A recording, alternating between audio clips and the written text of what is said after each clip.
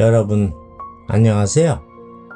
지난 2월 24일 시작된 우크라이나 러시아 전쟁이 장기화되면서 세계 경제가 휘청이고 있습니다. 이는 21세기 지구촌 경제 공동체 시대에는 전쟁이나 자연재해 등으로 인한 글로벌 공급망과 국제 경제 질서의 훼손이 단시간 내에 전 세계로 파급될 수 있다는 사실을 여실히 보여주고 있는 것이라 할 수 있습니다. 또한 우크라이나 사태는 국가의 정체성이 흔들리고 국가 안보가 취약하며 국력이 약할 때 국가와 국민 그리고 후손들이 얼마나 혹독한 대가를 치러야 하는지, 그리고 볼로디미르 젤렌스키 우크라이나 대통령이 보여주듯 국가가 위기에 처했을 때 진정한 지도자의 모습은 과연 어떠해야 하는지를 우리에게 산교훈으로 가르쳐주고 있습니다. 지금도 진행되고 있는 우크라이나 러시아 전쟁의 원인은 여러 가지가 있지만 그중 하나는 1930년대 초 스탈린이 밀어붙인 농업의 강제 집단화로 인해 우크라이나 국민 350만 명이 굶어 죽은 비극적 사건과도 관련이 있습니다. 이는 1840년대 중반 영국 정부의 방치로 인해 당시 영국의 식민지였던 아일랜드 땅에서 100만 명이 굶어 죽고 100만 명이 해외 이주를 떠나야만 했던 아일랜드의 감자 대기근과 닮은 점이 꽤나 많습니다. 따라서 오늘 방송에서는 우크라이나의 대기근과 아일랜드의 대기근에 관해 알아보고 이 두 사건이 주는 교훈에 관해 생각해보는 시간을 갖도록 하겠습니다. 우크라이나, 러시아, 벨라루스는 9세기경 오늘날 우크라이나 지역에 맨 처음 출현한 키예프 루스 공국을 모체로 하고 있습니다. 이후 키예프 루스가 1240년 몽골의 침략으로 멸망한 뒤 우크라이나 지역은 폴란드의 지배를 받게 되었는데, 이 시기에 준군사적 자치 공동체인 코사크가 등장하면서 독립 우크라이나의 모체가 형성됩니다. 17세기 중반 우크라이나의 코사크 부대는 폴란드에 맞서 무장 봉기를 일으켰는데, 당시 코사크의 지도자였던 보우단 흐멜리츠키는 한때 폴란드의 수도 바르샤바의 턱밑까지 진군하여 큰 승리를 거두었습니다. 그리고 승리의 전리품으로 광범위한 자치권을 보장받게 됨으로써 우크라이나는 민족국가를 수립할 수 있게 되었지요. 그러나 이는 오래가지 못했습니다. 약속과 달리 폴란드가 역공에 나섰기 때문이지요. 그러자 우크라이나의 민족 지도자 흐멜리츠키는 폴란드와 싸우기 위해 오늘날의 러시아인 모스크바 공국에 도움을 요청했는데, 이때 즉 1654년에 모스크바 공국과 동맹을 맺은 조약이 바로 페레야슬라프 협정입니다. 이 협정에 따라 코사크와 우크라이나인들은 군사 원조의 대가로 러시아의 황제 짜르에게 충성을 맹세했는데, 이는 우크라이나가 러시아에 복속되었다는 의미이며, 이 협정은 이후 우크라이나가 러시아에 병합되는 빌미가 되었습니다. 러시아는 페레야슬라프 협정 이후 짜르의 칭호를 러시아의 짜르에서 러시아 및 우크라이나의 짜르로 바꾸었으며, 협정 2년 만에 폴란드와 평화협정을 맺고 우크라이나를 분점했습니다. 즉 수도 키우를 따라 흐르는 드네프르강을 기준으로 좌는 폴란드가, 우하는 러시아가 지배했지요. 그 후 우크라이나는 1922년 소련에 편입되었다가 1991년 소련이 해체되면서 독립했습니다.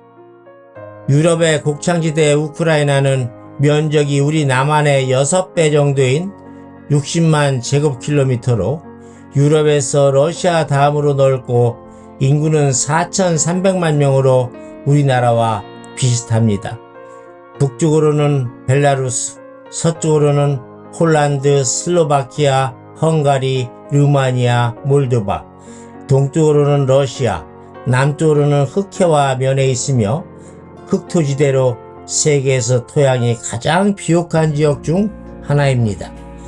그렇다면 유럽의 빵 바구니의 역할을 했던 우크라이나가 어떻게 참혹한 대기근을 겪게 되었을까요? 소련 정부는 1920년대 말에서 1930년대 말에 이르기까지 두 차례의 계획경제를 실시했습니다.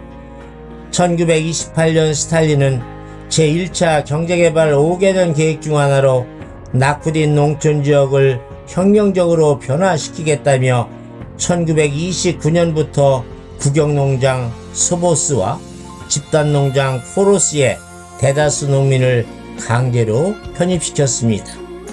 농민들은 이 체제를 새로운 농노제라 부르며 완강하게 저항했지만 스탈린은 농민들의 저항을 힘으로 누르고 2년 만에 90% 이상의 농가를 집단화했습니다.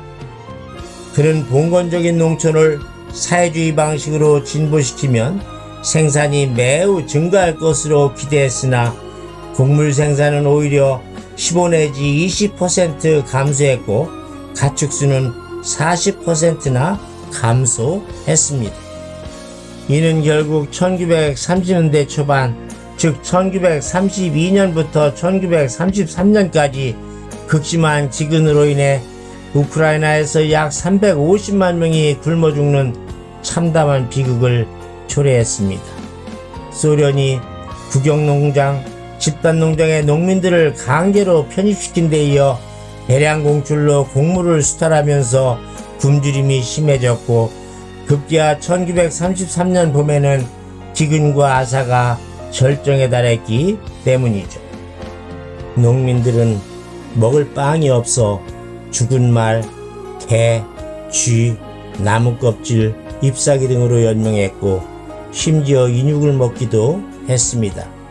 자그라 도부카라 지역에서는 니콜라스라는 12세의 소년이 죽었는데 그 아이의 어머니가 굶주림에 지친 나머지 이웃 주민들과 함께 자기 아들의 시체를 먹은 후 머리, 발, 어깨, 척추골, 갈비뼈 일부만이 남았다는 일화도 전해지고 있습니다. 매일 1만 5천여 명이 굶어 죽었고 이러한 사태는 8개월 동안 지속되었으며 우크라이나 인구의 12%가 사라졌습니다. 당시 우크라이나에서 발생했던 대기근의 특징은 다음과 같이 요약할 수 있습니다.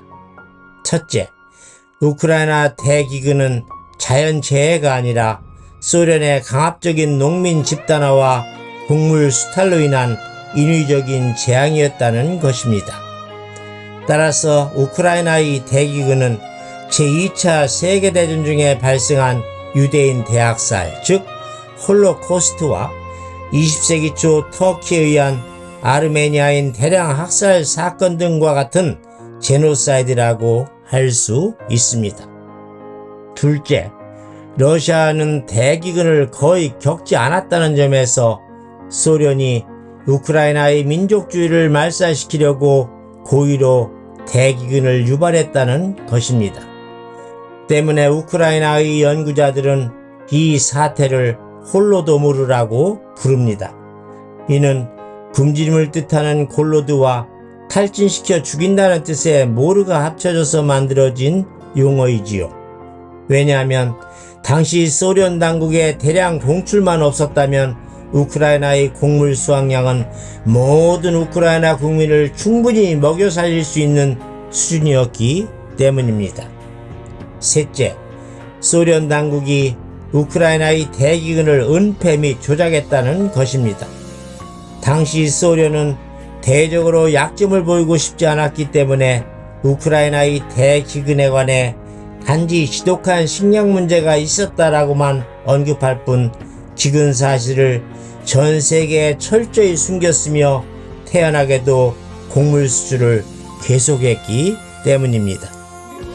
한편 12세기 이래로 영국의 식민지였던 아일랜드에서도 1845년부터 1851년까지 7년에 걸쳐서 우크라이나의 대기근에 버금가는 감자 대기근이라는 참사가 있었습니다.